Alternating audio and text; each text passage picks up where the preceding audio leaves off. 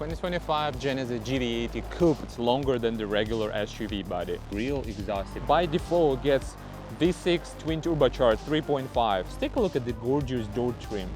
Just how many layers, completely seamless integration. So it's all-wheel drive by default.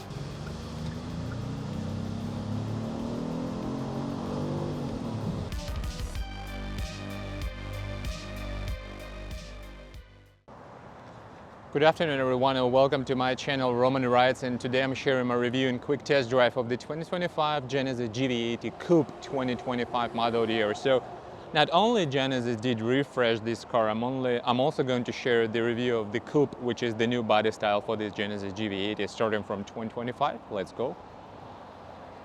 Alright, so the new Genesis GV80 Coupe, what I'd like to say, first of all, in terms of length, so it's longer than the regular SUV body, about 2 inches longer. It's also in terms of width the same. It's in terms of width it's the same. The overall height of the vehicle definitely has been decreased because of the coupe style, of the coupe body style, but the length, the wheelbase is the same, but the length itself, it is slightly longer. So what about 2025 refresh? So first of all, slightly updated tail lights. We don't have fake exhaust, so you see real exhaust available here on the coupe. Everything is LED, parking sensors. You have this kind of like a duct spoiler. It's all-wheel drive because all 2025 Genesis GV80 Coupes, they come standard with all-wheel drive. So you have panoramic roof. In terms of the front end, the car has got the updated revised headlights, the updated revised grille, as well as the bumper. So the inlets here, they're slightly different. They're larger openings, as well as take a look at this jewel style LED lights. It's projector style, which means we have lenses. So see how many lenses we have. So 2-row. Yeah, very nice. I really like how Genesis actually designs their vehicle. There's something special about Genesis in general. Their cars really stand out from the crowd. In terms of the coupe body style itself, I think that BMW X6 may look slightly more harmonic. If only Genesis did like a longer slope itself, slightly longer, like BMW X6, for example, Porsche Cayenne Coupe as well.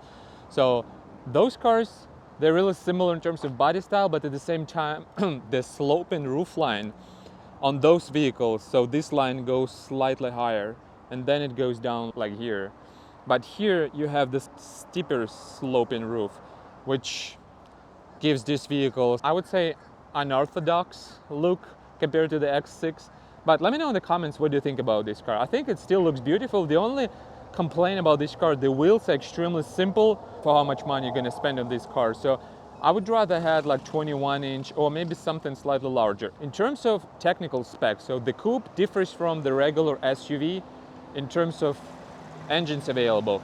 So if a regular SUV starts from 2.5 turbocharged 4-cylinder, this car by default gets V6 twin turbocharged 3.5. So it's already a step up comparing to regular SUV. So the horsepower is 375 horsepower. It's around 420 pound-feet of torque, or around 550 Newton meters if I'm not mistaken. I will add precise numbers here to the video. In terms of another option, there would be the same powertrain as under the hood of the Genesis G90. So that's the same combination of 8-speed transmission, 3.5 turbocharged, but the top trim level of the GV80 has got the same engine as powering the G90, which is the same engine plus electric supercharger. So in the case of the top trim version featuring that electric supercharger on top of the 3.5 twin turbocharged V6, that car produces, that engine, the powertrain produces 409 horsepower and slightly more torque available. But that's an optional equipment. So the standard Genesis GV80 Coupe doesn't have that. But at least it is different from the basic powertrain, which is now 3.5 twin turbocharged. So you see the intake is located here at the front of the motor, 2 turbochargers located in the back of the motor. So you have huge air intakes as well as these power braces. So you see aluminum braces, so they give like additional rigidity to the body, and it also adds up to the steering, a feeling to the steering and the overall body control. and obviously it requires a premium gas. In terms of suspension, it's double wishbone front suspension. You see aluminum knuckles, aluminum upper control arms. As I remember, aluminum lower control arms. You have 60 piston calipers in the back with the monoblock caliper. You have a floating caliper, sorry, in the front. You have the floating caliper in the back. And all around you have parking sensor, you have 360 camera, and yeah, that's pretty much it. You also have adaptive dampers. So even though this vehicle does not feature air suspension, which can be available on, let's say, Lincoln Aviator, but still it's extremely softly sprung. So basically this vehicle does not need the additional air suspension because it already glides over the road. I have driven that, and just trust me, it's just extremely comfortable. So take a look. This is where you get the heat. If you're more than 6.3, 6.4, my height 6.2. So let's see how I fit in the back seat of this vehicle. First of all, I'd like to notice that the rear seats, they are power adjustable. So this is the max position. So it's maximum in the back, and as well as the seat recliner, maximum to the back as well. So you see the knee room is almost non-existent here. At the same time, I did not go up against too much against this back panel of the front seat. So it's very comfortable. And take a look at the recline angle. Just see the difference. So this is the base one, and this is the maximally reclined position. So this is the way that you're gonna travel on road trips, for example. You also have these buttons in order to manipulate and adjust the front passenger seat. For example, if you're a big boss sitting behind. just kidding, guys. So in terms of the headroom, even though this is like a coupe style, my height is 6.2, I did not touch that at all. Obviously, if I recline it back, no problem at all. This is considering this is the body of the coupe, and this considering you have a panoramic sunroof as well, which can be open as well. So I mean, in terms of space, in terms of legroom, everything is really nice here. I thought that I would go up against the back part of this seat, but you see, I barely touch, so which is really nice. So in terms of creature comforts, you have AC vents, obviously you have the third climate control zone, you have heated and ventilated seats, you have household power outlet and max 150 watts and 115 volts. You have two USB Type-Cs. Additionally, third zone climate control, auto mode as well. You have Bang & Olufsen audio system. You don't have sunshades, and you don't have the massaging seats for the back seats. Again, this is something that is available on the higher trims of vehicles like Lincoln Navigator. It's not even available on that car. So yeah, I mean, for this class, it's absolutely normal. Just take a look at the gorgeous door trim. Just how many layers. You have natural genuine wood. You have leatherette appointed door cards and door trims. Take a look at the button switches for the window switches. Take a look at this lower panel, plus aluminum part here. I mean, it's extremely a lot of attention to details. I really like how Genesis goes about designing their cars. Just so many interesting parts on this vehicle, on the inside of the vehicle. Take a look. The hanger here, the black ceiling roof is actually made of, it's covered by suede, so it's kind of like Alcantara.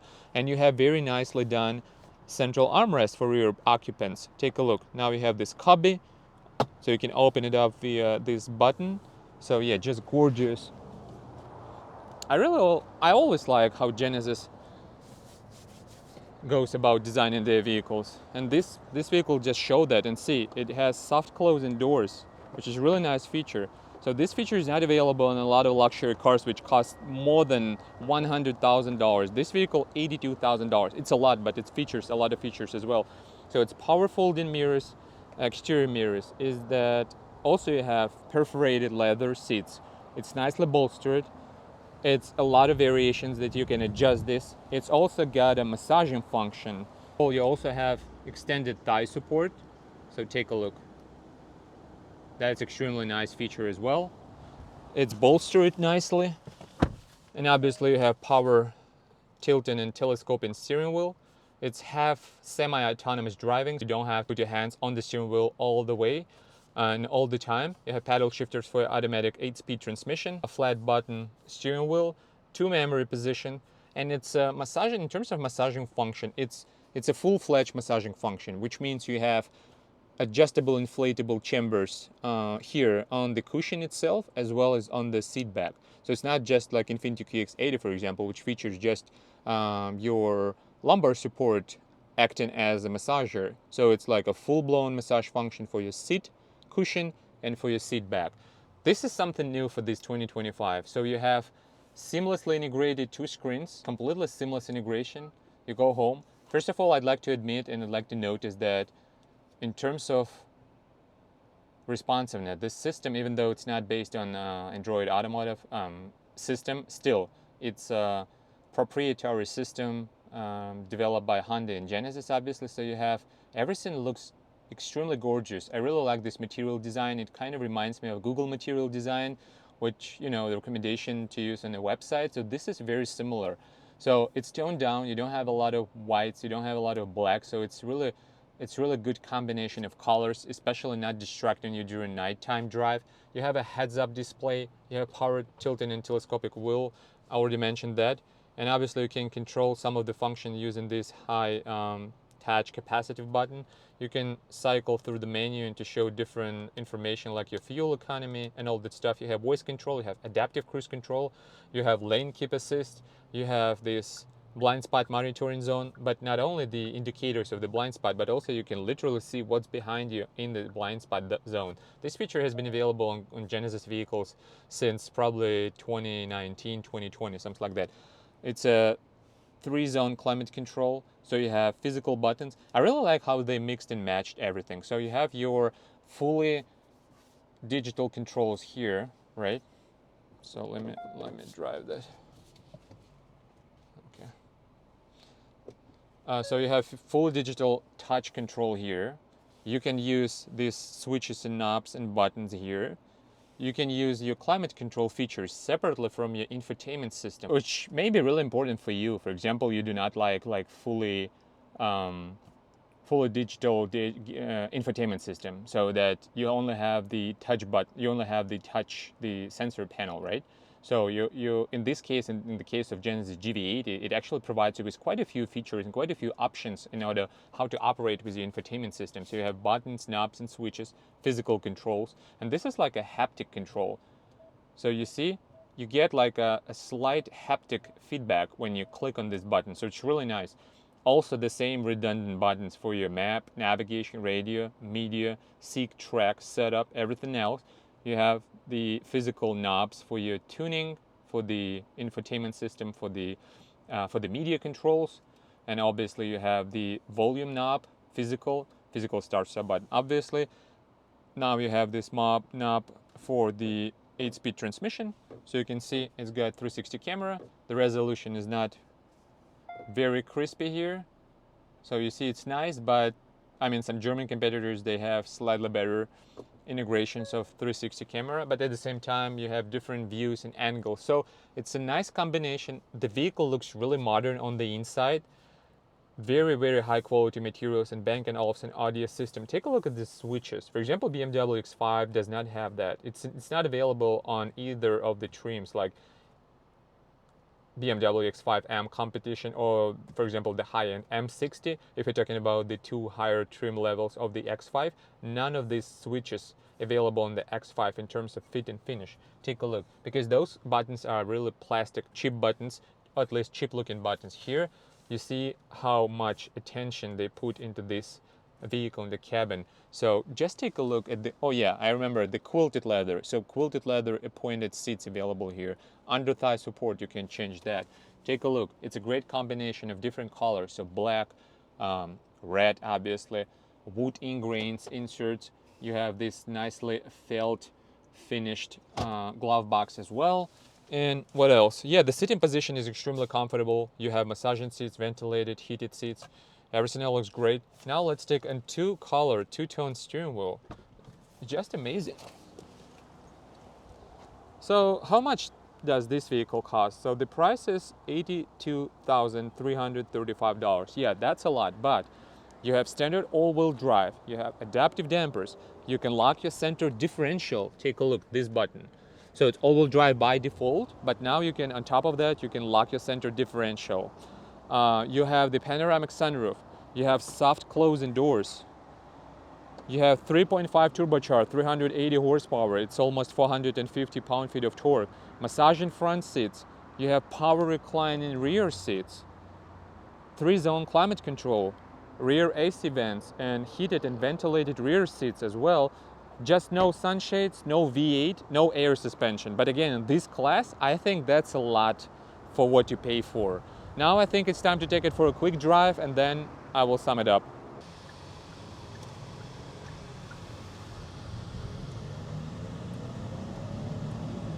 О, ускорение хорошее.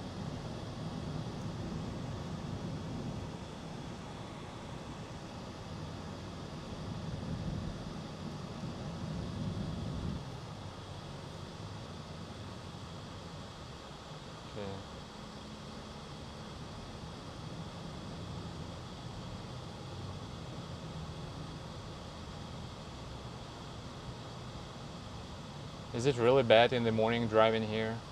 I don't know. I never have to touch 19 from my house. Oh. I go right under the overpass and I'm at work. Wow. So, but yeah, it's like going home in the day sucks, and then going southbound, you know, coming back this way. In the mornings, that's heavier than this. This is heavier in the day. That's heavier in the morning. Wow. I have same problem in Tampa 275. Yeah. Just exactly. get congested as well. So where's my next turn, next light? So you see there's a walkway right there? Yep. That's where we're going to turn right. Not the first metal thing, but the second metal thing. Блин, какой же он мягенький по подвеске.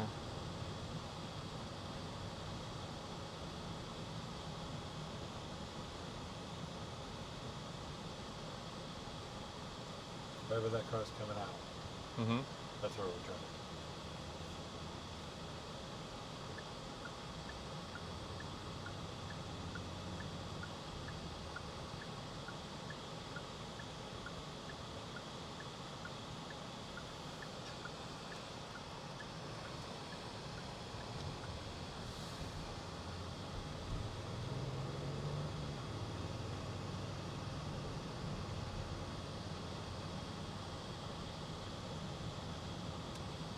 And then I can finish my video on site at the parking lot.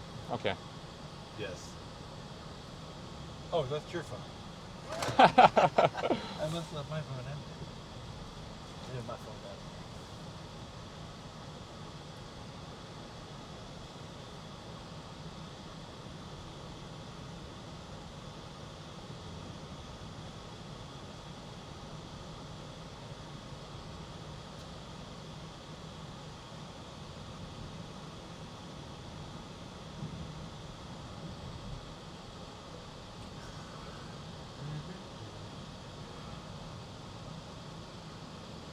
We're going to turn right, but I'm going to have you stay in the right-hand lane because I'm going to have you do that U-turn when we go down the road here a little bit.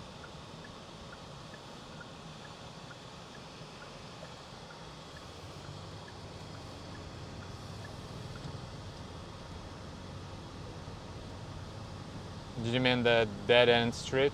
Yes, yes.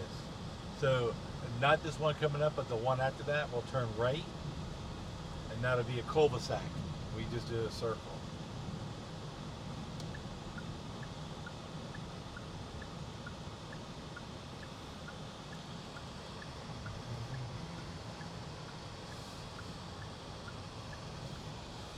Is it just to showcase the turning radius? The turning radius, yeah. Yes.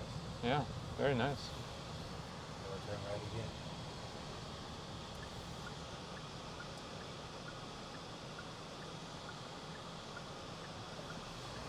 I'm just impressed how softly sprung this suspension is. Right. To me, it even feels more softly sprung than the G80 sedan. It's so cushy. Like yes, it drives like a heavier car. Exactly. Which it is, right? Yeah, it is. Да, друзья, я говорю, что машина тяжелая, очень мягенькая.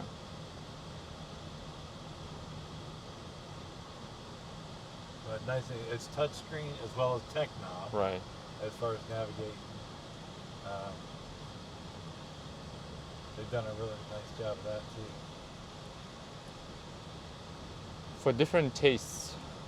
I know some people prefer hard buttons and physical knobs and switches rather than burying everything in the infotainment system. Right. Which BMW did, for example, right? Right. So they put everything, climate control functions, all that stuff. But here you have very nice, this panel. Yeah, this is two 12.3-inch screens, one with the cluster and then one with the info and navigation. But the integration is seamless. That's right, and that's new for 25.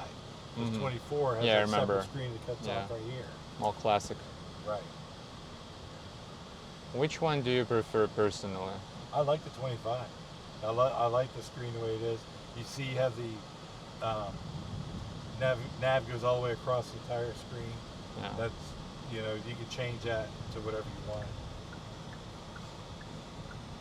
Да, друзья, только не пишите о том, что менеджера надо убрать. Это такой вот вариант здесь тест-драйва. So I just put you in sport mode. Okay. So you can celebrate the pedal. It has extra mode, it has the sport mode, and then it has the... Что, ускорение?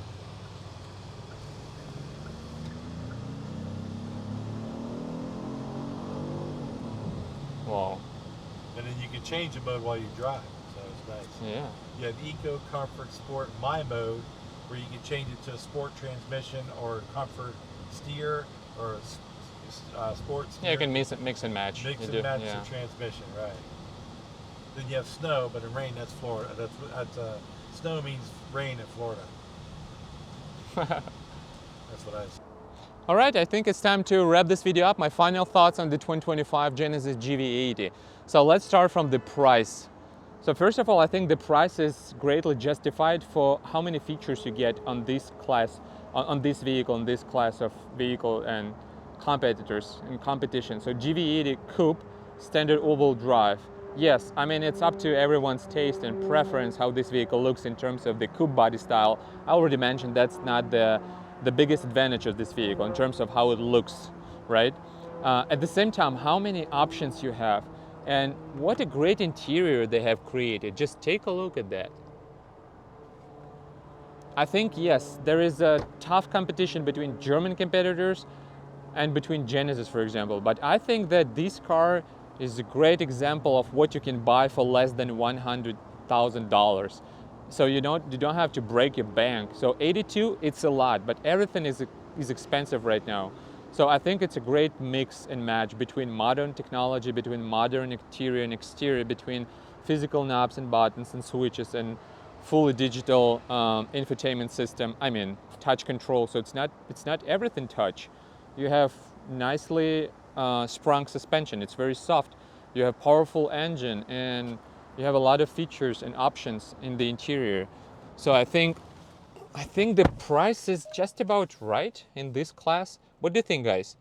Please let me know in the comments section what do you think about this vehicle. I think that Genesis did a really great job in giving this GV80 like a mid-cycle refresh, as well as providing with the modern technology, but it's not technology for the sake of technology and like touch sensors and touch screens just because of the touch screens and touch sensor. It's a good mix and match and between like traditional physical buttons and knobs and switches, everything like that, and between other options, for example, for younger generation who prefers like touch screens and all that. So I think all in all, it's a great value proposition for what it is.